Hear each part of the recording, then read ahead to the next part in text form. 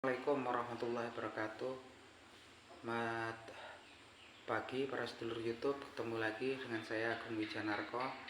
Oke para sedulur, di pagi hari ini saya pengen menyapa para sedulur-sedulur saya, sahabat Anies Baswedan, dimanapun kalian berada. Oke teman-teman, kalau kemarin saya di rumah saya di Yogyakarta, pagi hari ini saya di Jawa Barat ya, di area Cianjur. Kalau kemarin tuh di Jogja hawanya panas banget gitu kan. Di sini alhamdulillah nih sejuk, dingin malah akan gitu kan. Enteng akan badan teman-teman. Jadi teman-teman, seperti biasa di pagi hari ini saya pengen ngajak ngobrol teman-teman seputaran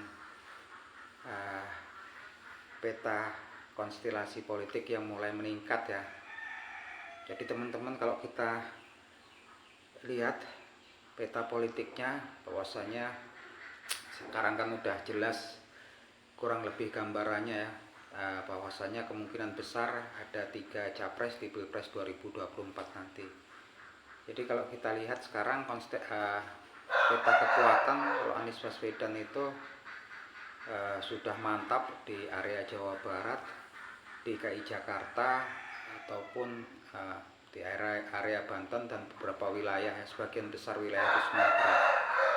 Karena kalau di Jawa Barat sini, kalau saya ngobrol-ngobrol juga, kalau saya tanya-tanya sekitaran siapa sih yang jadi tokoh favoritnya, kebanyakan juga mereka akan jawabnya Anies Baswedan.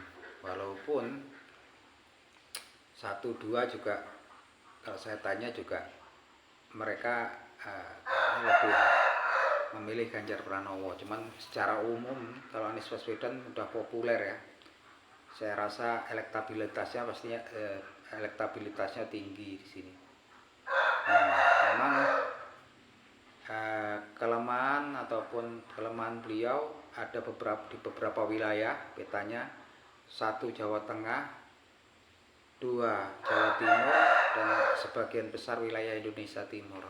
Nah kalau kita lihat memang sekarang memang udah betul-betul ke peta itu ya. Dan memang kalau kita lihat kemudian Bapak Anies Baswedan ini banyak silaturahmi ya, berkunjung ke tokoh-tokoh masyarakat, tokoh agama di wilayah Jawa Timur, Jawa Tengah, Jawa Timur itu kan. Memang langkahnya udah pas banget teman-teman, karena memang mulai tumbuh ya popularitas beliau di 2 wilayah itu ya. Walaupun memang kalau meniliknya waktunya ya terbilang singkat, karena memang mungkin tersisa 8 atau 9 bulan lagi ya. Tapi apapun itu paling tidak mulai tumbuh lah popularitas beliau. Dan saya yakin di 2 wilayah tersebut elektabilitas Anies Baswedan pun semakin hari akan semakin meningkat. Nah memang PR-nya memang itu di 2 wilayah itu. Anies Baswedan perlu mengadakan silaturahmi ataupun sowan ya ke tokoh-tokoh masyarakat, tokoh agama gitu kan, sekedar untuk menjalin silaturahmi ya teman-teman. Dan mungkin saran saya juga kalau untuk Anies Baswedan ini memulai silaturahmi ke wilayah-wilayah, ke sedulur-sedulur Anies Baswedan di wilayah Indonesia Timur ya. Karena memang itu sepertinya potensial untuk naik ya popularitas ataupun elektabilitas Anies Baswedan di wilayah itu, yang mungkin nggak sebegitu kuat, nggak seperti ketika di DKI Jakarta, Jawa Barat, Provinsi Banten atau wilayah Sumatera gitu kan. Nah memang surprise-nya kan memang sekarang kan mulai berkembang lah di wilayah Indonesia Timur kan. Dan yang utama mungkin ya sahabat Anies Baswedan, sedulur-sedulur Anies Baswedan yang selalu memberikan informasi yang positif kan, fakta tentang siapa sih sebetulnya Anies Baswedan itu kan.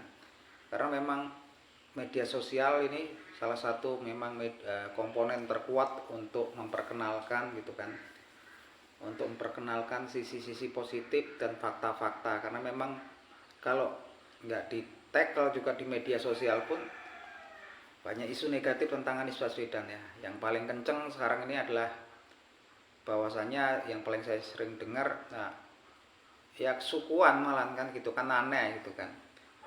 Beliau kan memang udah warga negara Indonesia gitu, kalau saya lihat-lihat di komen gitu kan.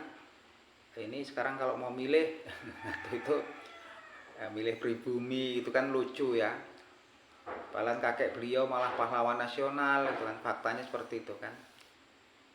Kemudian nenek beliau pastinya orang asli sini kan gitu. Orang keturunan siapapun itu haknya adalah sama, cuman memang isu itu selalu dikeluarkan yaitu kan dikaitkan dengan kesukuan gitu kan, memang sebetulnya udah agak melenceng jauh dan gak fair gitu kan. Walaupun itu juga memang berpengaruh ketika saya ngobrol-ngobrol dengan beberapa orang yang saya tanya, mereka justru sekarang yang namanya juga orang awam kan menanyakan hal tersebut, yang saya rasa juga aneh gitu kan. Beberapa isu terakhir juga beliau dikatakan agen barat, boneka barat gitu kan. Udah memang di agennya orang Yahudi kan, aneh gitu kan. Dari katanya orang dari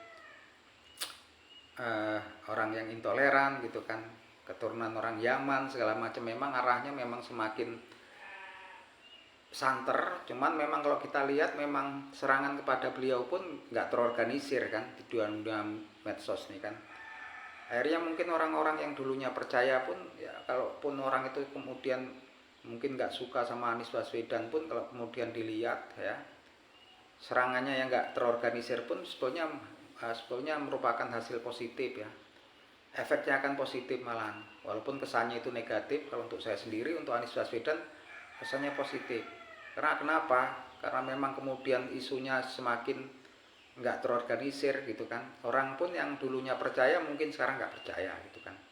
Dari rasa nggak percaya itu kemudian rasa ingin tahu kan, pengen timbullah rasa ingin tahu ya. Jadi akhirnya siapa sih Anies Baswedan ini gitu kan.